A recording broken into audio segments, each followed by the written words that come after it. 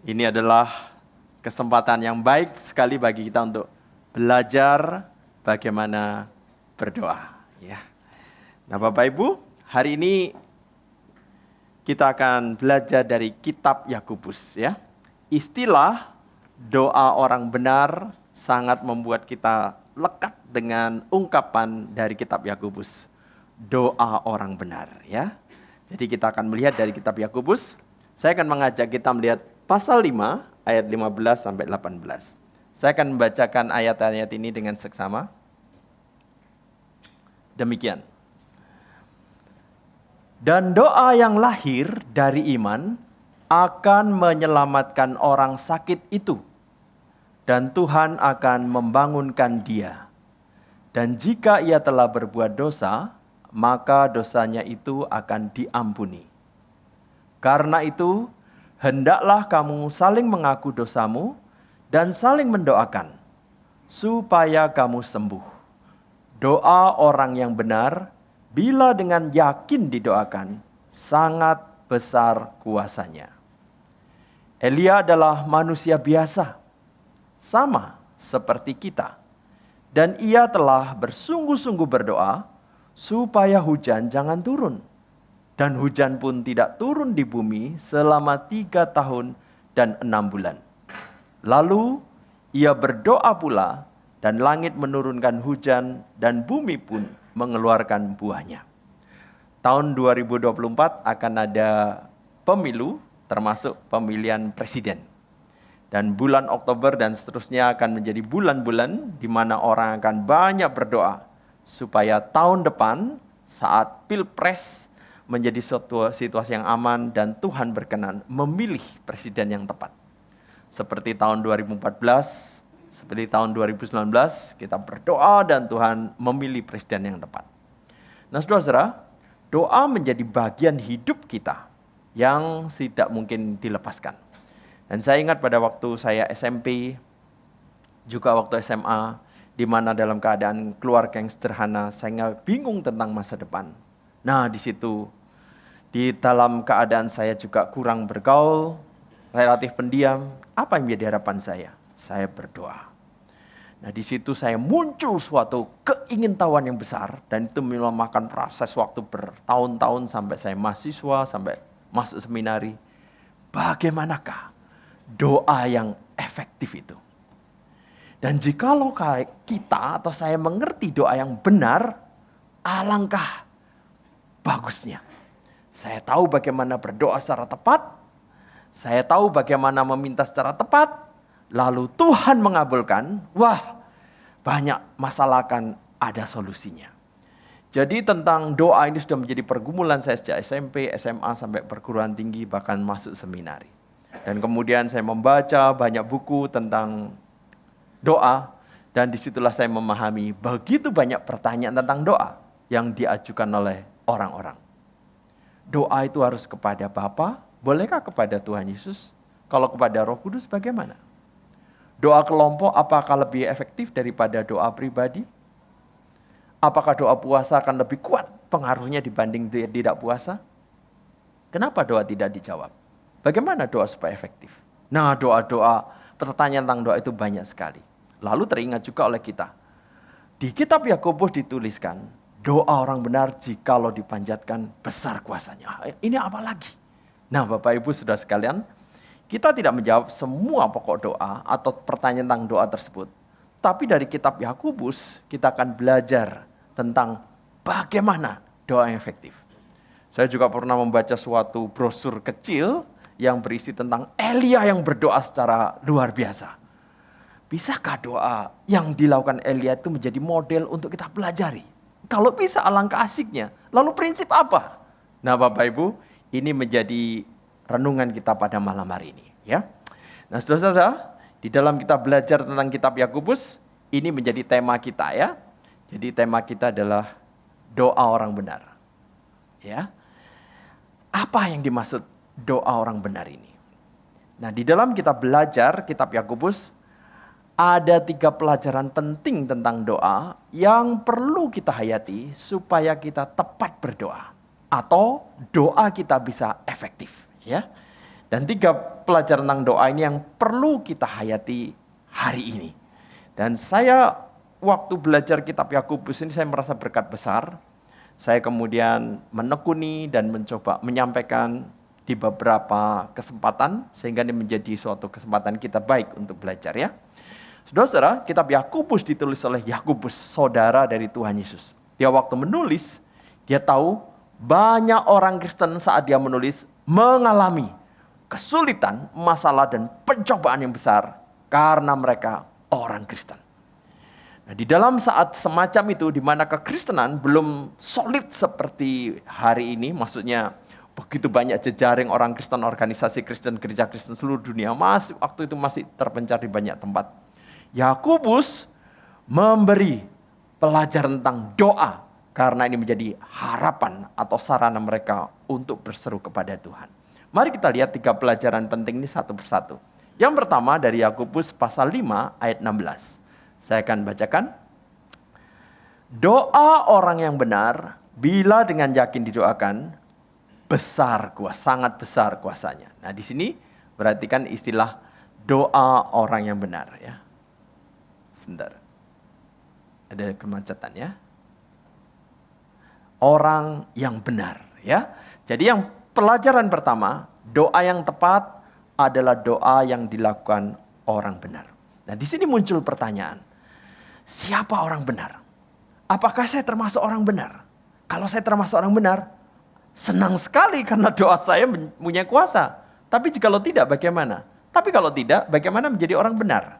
Nah, saudara-saudara, ini menjadi pertanyaan kita. Di dalam kitab Roma ada suatu kalimat yang ditulis oleh Paulus semacam ini. Seperti ada tertulis, tidak ada yang benar, seorang pun tidak. Jadi saudara-saudara, waktu saya dulu membaca tentang doa orang benar, itu menjadi pertanyaan saya juga. Apa saya orang benar? Wah, kayaknya tidak. Hidup saya banyak mengalami hal berdosa. Hidup saya juga banyak mengalami masalah. Kayaknya saya bukan orang benar. Beruntunglah pendeta, rohaniwan, mereka orang benar. Saya pikir semacam itu. Di sini tertulis tidak ada yang benar, seorang pun tidak. Nah, kalau begitu bagaimana? Di dalam ayat 23 sebutkan, semua orang telah berbuat dosa dan telah kehilangan kemuliaan Allah. Tidak ada yang benar, semua kehilangan kemuliaan Allah. Lalu pertanyaannya, bagaimana cara menjadi orang benar? Saudara-saudara, kalau saja kita tahu jawabannya ini, alangkah melegakannya dan kita bisa berdoa dengan efektif. Di dalam Roma ayat 17 dituliskan seperti ini. Seperti ada tertulis, engkau telah kutetapkan menjadi bapa banyak bangsa di hadapan Allah yang kepadanya ia percaya. Nah, saudara-saudara, kalimat ini ditujukan kepada siapa? Ditujukan kepada Abram. Dan Abram bukan orang benar. Dia hidup di daerah Ur, di lingkungan para penyembah-penyembah berhala. Jadi dia bukan orang benar. Lalu, bagaimana dia kemudian bisa berbincang-bincang dengan Tuhan, ngobrol dengan Tuhan, Tuhan bercakap dengan dia. Dengan kata lain, Abram menjadi orang benar. Tahapan atau proses apa yang terjadi sehingga sekarang bisa menjadi orang benar, berdialog dengan Tuhan, dan Tuhan menjadi sahabat, menjadi tempat di mana dia bisa menyampaikan isi hati. Alangkah indahnya kalau kita mengalami yang sama. Nah, saudara-saudara, di sini kuncinya adalah ia percaya. Percaya apa? Perhatikan kalimat ini. Yaitu Allah yang menghidupkan orang mati. Jadi Abram bukan orang benar. Tapi kemudian menjadi orang yang dijadikan benar melalui suatu proses. Dan proses ini adalah proses yang ditentukan oleh Allah sendiri. Barang siapa percaya kepada Allah yang menghidupkan orang mati, dia dinyatakan sebagai orang benar. Perhatikan kalimat selanjutnya. Dan yang menjadikan dengan firman-Nya apa yang tidak ada menjadi ada. Jadi ketika seorang percaya, Allah sanggup menghidupkan orang mati. Allah sanggup menciptakan ada menjadi ada. Orang itu adalah orang yang dijadikan benar. Orang itu dulu orang berdosa, orang itu dulu mati rohani, orang dulu dimurkai Allah, tapi kalau dia percaya Allah sanggup menghidupkan yang mati, menciptakan yang ada dari yang tidak ada, maka orang itu dinyatakan sebagai orang benar. Nah, saudara, di dalam kehidupan Abraham, bagaimana ini? Ya, di dalam suatu ayat disebutkan terhadap janji Allah ia tidak bimbang karena ketidakpercayaan. Janji Allah dia tidak bimbang. Janji Allah apa? Janji Allah mengatakan, hai Abraham, melalui keturunanmu akan lahir seorang menjadi berkat banyak bangsa. Dan dia akan memiliki keturunan yang banyak. Ini janji Tuhan. Malah ia diperkuat dalam imannya dan ia memuliakan Allah dengan penuh keyakinan bahwa Allah berkuasa untuk melaksanakan apa yang telah ia janjikan. Kenapa ayat-ayat ini muncul?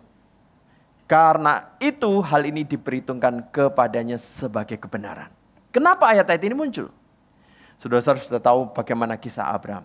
Abraham ketika memiliki anak dari Sarah, betapa senangnya. Karena dia tahu ini anak perjanjian.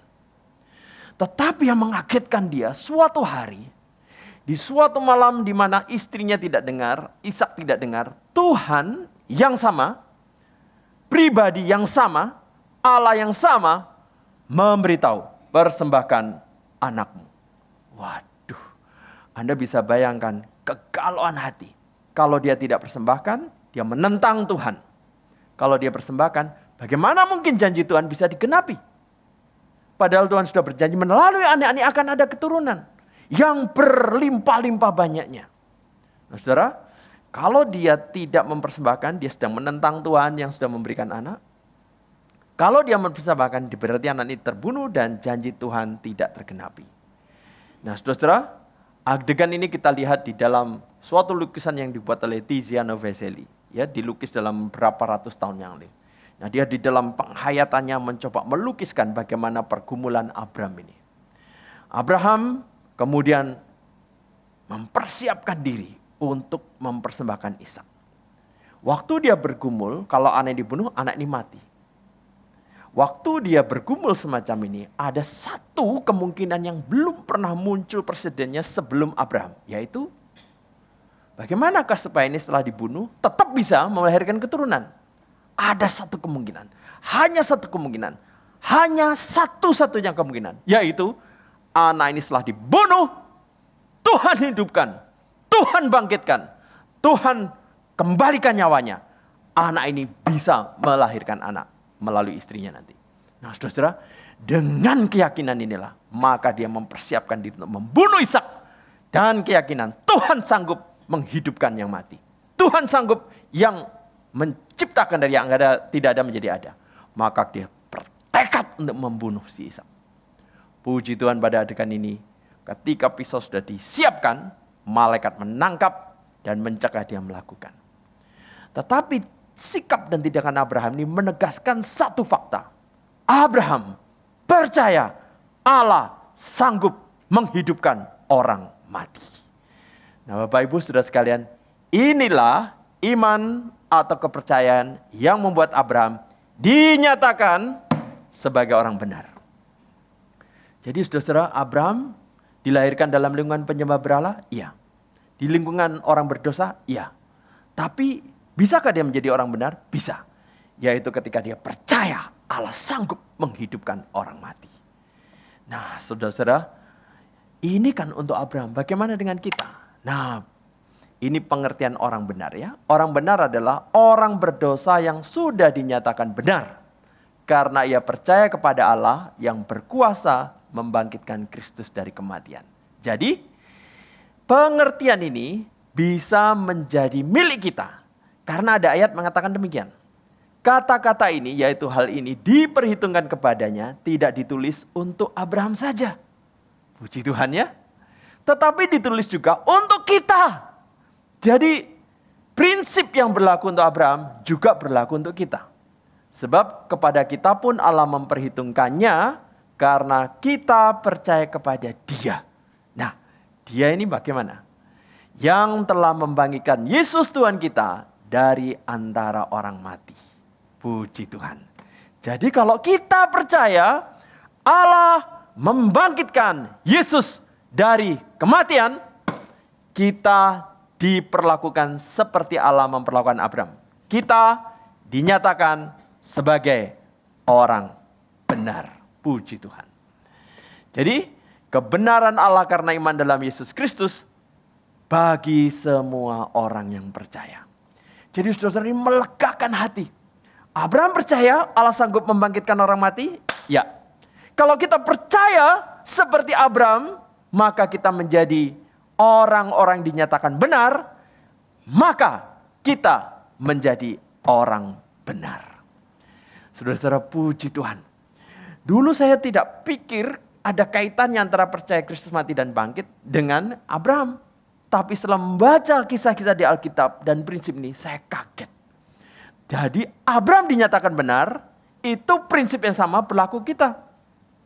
Abraham percaya kebangkitan orang mati, kita percaya kebangkitan orang mati. Siapa yang membangkitkan orang mati? Allah yang sama.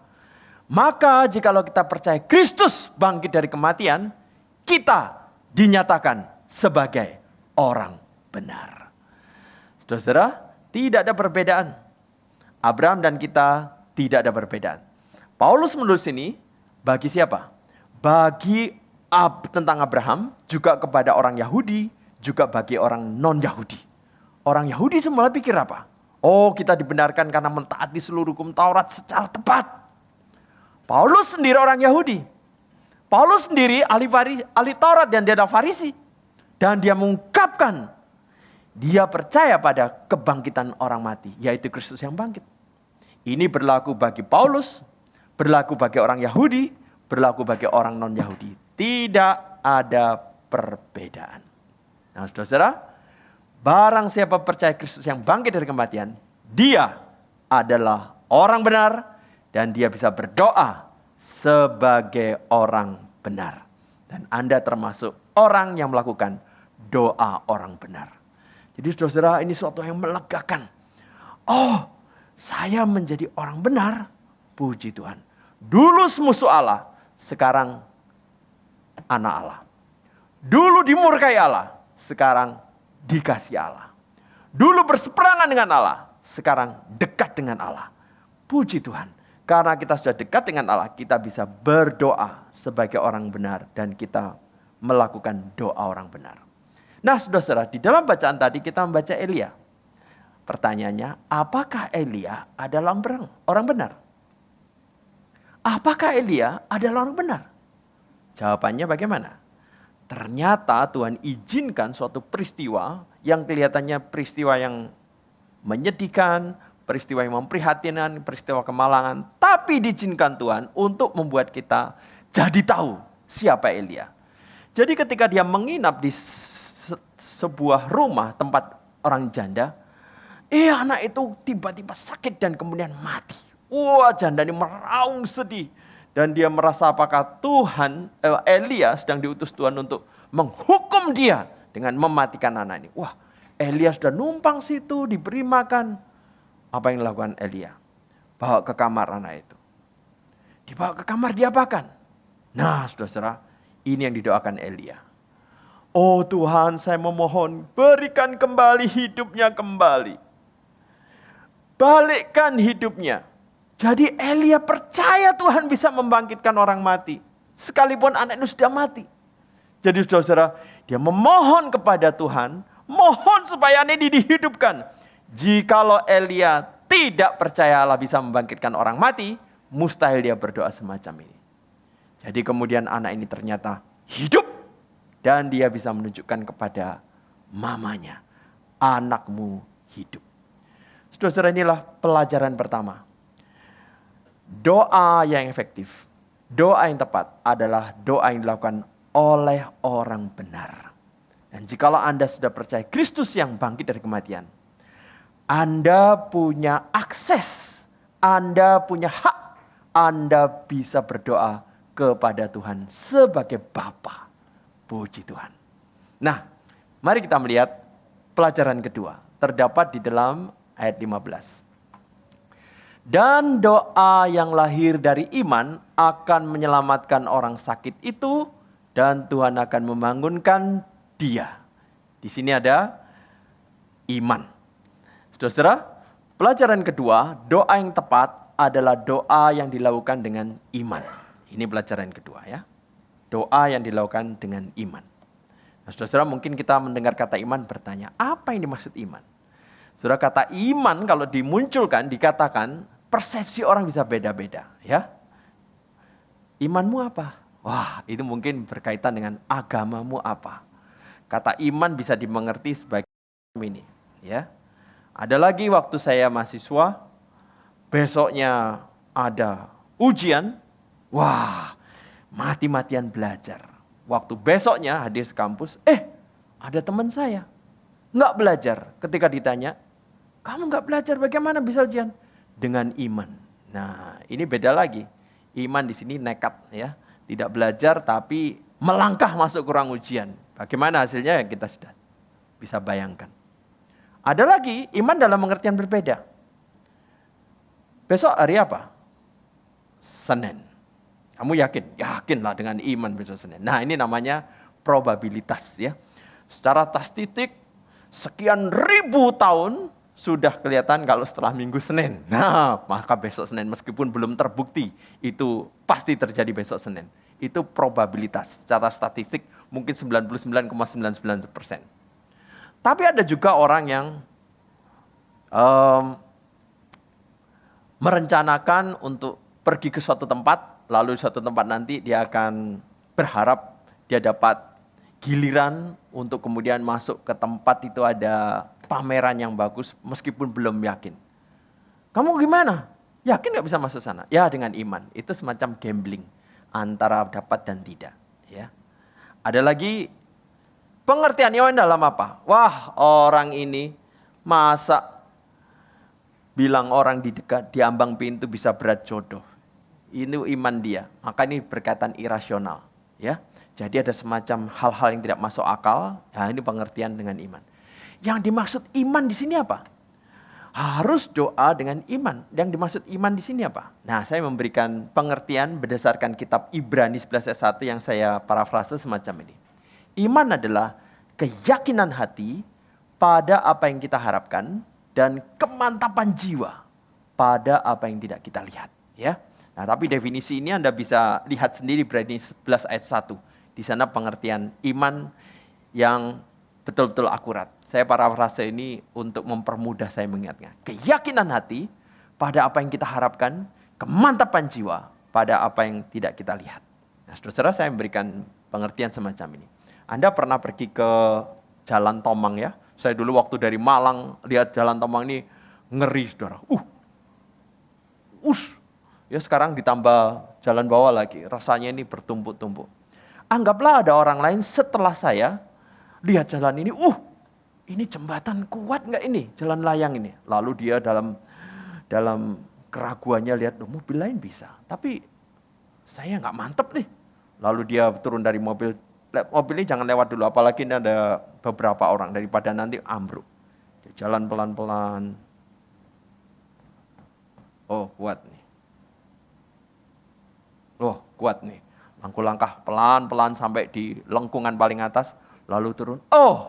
Bisa. Nah, saudara-saudara, di sini dia meskipun imannya kecil, tetapi karena objeknya begitu kuat, maka terjadilah peristiwa di mana dia bisa melintasi dengan baik. Nah, sekarang bandingkan dengan bagian gambar berikut.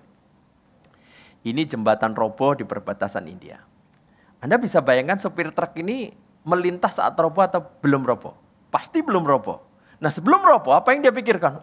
Ada jalan, jembatan, bagus, lancar, kendaraan lain juga lancar. Dengan mantap, dengan yakin, dengan penuh kemantapan jiwa, lewatlah dia. Begitu meluncur di tengah-tengah, berak. Artinya, keyakinan yang besar tidak menjamin. Kemantapan jiwa yang besar tidak menjamin. Sebaliknya orang yang tadi di Tomang, mungkin keyakinannya kecil sekali. Tapi karena jalannya memang betul-betul mantap, dia bisa melintas dengan baik. Yang truk ini beda lagi. Mungkin orangnya mantap, yakin, apalagi sebelumnya ada truk yang gede juga lewat. Sekarang giliran lewat, ambruk. Padahal dia imannya besar. Di sini ada prinsip apa? Nah, ya. Mutu iman seseorang ditentukan oleh objeknya. Oleh objek iman tersebut. Jadi saudara, ketika kita punya iman besar, tapi objeknya tidak bisa diandalkan, maka iman besar itu sia-sia. Sebaliknya, iman kecil, tapi objeknya memang betul-betul kuat, wah, maka Anda sekalipun iman kecil, terjadi. Ya, saudara tadi waktu mau duduk, cek dulu nggak kursinya kuat dengan untuk Anda tidak? Anda mungkin tidak cek, Anda langsung duduk. Nah, puji Tuhan kursinya kuat ya. Nah, saya punya teman dulu kira-kira sebelum tahun 2000 di suatu rumah, dia yakin tempat itu kuat. Begitu dia duduk, ambrol dan dia akan melesap ke dalam tempatnya itu. Nah, saudara, imannya mungkin baik, tetapi karena objeknya tidak bermutu, maka dia kemudian tidak mengalami nyamannya. Jadi perhatikan, iman tidak penting besar atau kecil. Yang penting objek imannya itu tepat. Nah, saudara, di dalam Matius 17 dikatakan, sesungguhnya sekiranya kamu mempunyai iman sebesar biji sesawi saja. Artinya sekalipun kecil, itu bisa membuat Anda mengalami apa yang Anda doakan. Ya, kamu dapat berkata kepada gunung ini, pindah dari tempat ini ke sana, maka gunung ini akan pindah. Loh Pak, masalahnya itu Pak, saya tidak punya iman sekecil itu atau sebesar itu untuk memindahkan gunung. Buktinya saya tidak pernah memindahkan gunung begitu. Nah, saudara, ini jangan disalah mengerti. Cara ngetes iman kita dengan memindahkan gunung. Bayangkan kalau setiap orang, saya sudah punya iman belum ya? Saya coba cek. Coba Pacific Place dipindah. Oh enggak bisa, berarti saya belum bisa punya iman sebesar itu. Atau gunung sana dipindah. Ini maksudnya bukan demikian. Memindahkan gunung berarti ada pertolongan supranatural, suprarasional yang melampaui logika kita, melampaui pikiran kita yang bisa dikerjakan oleh Tuhan. Jadi objek kita apa? Objek kita adalah firman Tuhan, objek kita adalah Allah sendiri, maka sekalipun imannya kecil, iman yang kecil, karena berkait dengan objek yang tepat, maka Tuhan akan berkenan. Saudara tahu, biji sesawi itu sangat kecil sekali. Nah, biji yang kecil ini, kita bisa bayangkan begitu kecil, sehingga sepertinya tidak signifikan. Sepertinya tidak ada artinya apa-apa. Waktu zaman Tuhan Yesus, ini adalah biji yang diketahui terkecil. Dan saudara, Tuhan Yesus mengatakan, sekalipun iman kita begitu kecil, tetapi kalau kita percaya, kuasa supranatural dari Tuhan bisa terjadi. Nah, saudara, ini adalah peristiwa yang dialami Elia. Saudara, kalau Anda bandingkan kisah Elia dengan nabi-nabi itu, akan Anda tahu, iman orang-orang ini besar sekali. Hebat sekali. Begitu hebatnya, sampai ketika pertandingan iman dengan Elia, mereka berani berteriak-teriak karena yakin Baal pasti dengar. Lalu ketika tidak terjadi apa-apa, Elia mengatakan, ya kurang keras, mungkin dewamu lagi jalan-jalan ke tempat lain. Oh, mereka tidak terima dengan suatu keyakinan besar, iman yang besar, mereka ambil pisau, lalu ditoreh-toreh ke badan karena mereka beriman. Baal pasti dengar. Saudara, iman ini besar. Iman ini hebat. Tetapi objek imannya salah, nothing happen. Jadi saudara, di sini tidak tergantung ukuran iman. Dan Tuhan Yesus sengaja mengatakan, iman sekalipun kecil, nah kuasa supranatural Tuhan bisa terjadi. Bagaimana dengan Elia? Elia memberi kesan seolah-olah dia tidak memiliki iman yang besar. Malah kesannya konyol. Kesannya tidak masuk akal, kesannya irasional. Tapi iman bukan hal berkaitan irasional. Iman berkaitan yang suprarasional. Berkaitan supranatural, bukan irasional. Dan apa yang dilakukan Elia? Siram ini dengan air. Hah? Mau dibakar malah disiram? Apa ini tidak malah basah dan sulit dibakar? Saudara, ketika siram dengan air, Elia berteriak apa? Berkata, Tuhan, dengarlah. Bakarlah supaya orang Israel jadi tahu siapa yang sejati. Doanya biasa saja. Saya membayangkan para dewa pikir, para nabi itu, ya doaku cuma begitu. Doaku cuma sekedarnya. Ini orang tidak beriman. Secara persepsi, secara kesan, pasti kesannya seperti tidak beriman. Yang terjadi adalah Tuhan kemudian membakar. Karena objek imannya adalah Allah sendiri. Puji Tuhan. Sekarang kita masuk pelajaran yang terakhir. Di sini dikatakan Elia adalah manusia biasa sama seperti kita. Nah, saudara-saudara, di sini prinsip apa? Doa Elia besar sekali dampaknya. Apa saya bisa belajar prinsip satu sini? Ya, Elia apa?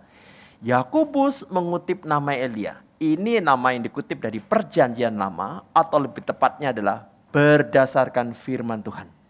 Elia bukan dongeng, Elia bukan kisah fiksi, bukan kisah fiktif, ini kisah nyata. Maka di sini berlaku satu prinsip, doa yang tepat adalah doa yang dilakukan berdasarkan firman Tuhan. Doa yang berdasarkan firman Tuhan. Saudara-saudara, mari kita pikirkan, apakah Elia betul-betul orang biasa? Dia orang biasa karena Alkitab menyatakan. Tapi kok begitu besar dampaknya? Nah, prinsip ini berlaku. Doa berdasarkan firman. Saudara-saudara perhatikan gambar ini. Elia hidup kira-kira 874 sebelum Masehi. Dia sebagai seorang nabi, tahu firman Tuhan yang pernah diucapkan, pernah ditulis. Dan salah satu bagian firman Tuhan yang dia perhatikan apa? Firman Tuhan yang diucapkan oleh Salomo tahun 959. Di situ Salomo berdoa dan dicatat dalam firman Tuhan, yaitu dalam 2 Tawarikh 6 ayat 26. Apabila langit tertutup sehingga tidak ada hujan, sebab mereka berdosa kepadamu. Nah, Elia membaca ini. Elia tahu ini. Maka, waktu dia mau menyatakan hukuman kepada orang Israel, kepada Raja Ahab, dia tidak otak-atik. Enaknya dihukum apa ya? Gempa bumi kah? Tsunami kah? Atau semacam badai topan tornado kah? Tidak. Dia baca firman Tuhan. Mereka berdosa, tidak ada hujan, ini adalah firman Tuhan. Maka dia berkata pada Ahab, tidak akan ada hujan. Karena kamu berdosa, bangsa Israel berdosa. Dan betul-betul terjadi tidak ada hujan. Maka ucapan Elia, doa Elia bukan idenya sendiri. Bukan gagasannya sendiri. Bukan kreativitasnya sendiri. Tetapi berdasarkan firman Tuhan. Berdosa, silakan. Tidak ada hujan, itu hukuman mereka. Itu sebabnya ketika kekeringan begitu melanda dengan kuat, kemudian Elia juga kekeringan, Elia juga perlu air, bangsa Israel perlu air. Bagaimana caranya? Tuhan akan menurunkan hujan kalau mereka bertobat. Dasarnya apa? Dasarnya ini. Lalu mereka mengakui namamu dan berbalik dari dosanya, engkau kiranya memberikan hujan kepada tanahmu. Nah, di sini Elia menantang nama Baal, kalau mereka tidak bisa mendatangkan hujan, tidak bisa membakar, dan kemudian tetap semacam ini, Elia akan menunjukkan kegagalan mereka. Lalu ketika dia berhasil membakar, orang Israel pulih kembali kepada Tuhan. Nah, berdasarkan kalimat ini, dia akan berdoa supaya Tuhan turunkan hujan. Jadi doa untuk tidak datangkan hujan, itu berdasarkan firman. Doa mendatangkan hujan, itu juga berdasarkan firman. Jadi saudara-saudara, begitu korban itu terbakar, orang Israel sedang kaget. Wah, Tuhan adalah Allah kami. Oh Allah kami, berikan belas kasihan pada kami. Hari itu, jam itu, mereka bertobat kembali pada Tuhan. Yang terpikir oleh Elia apa? Mereka sudah bertobat. Ini saat yang tepat untuk mengklaim firman Tuhan. Saya akan berdoa pada Tuhan. Tuhan sekarang turunkan hujan. Karena mereka sudah bertobat.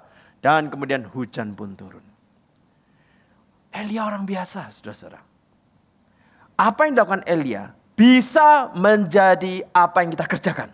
Apa itu? Pelajari firman Tuhan. Prinsip firman Tuhan. Bukan kita menjadi Elia. Tidak. Wah, saya tidak bisa seluar biasa Elia.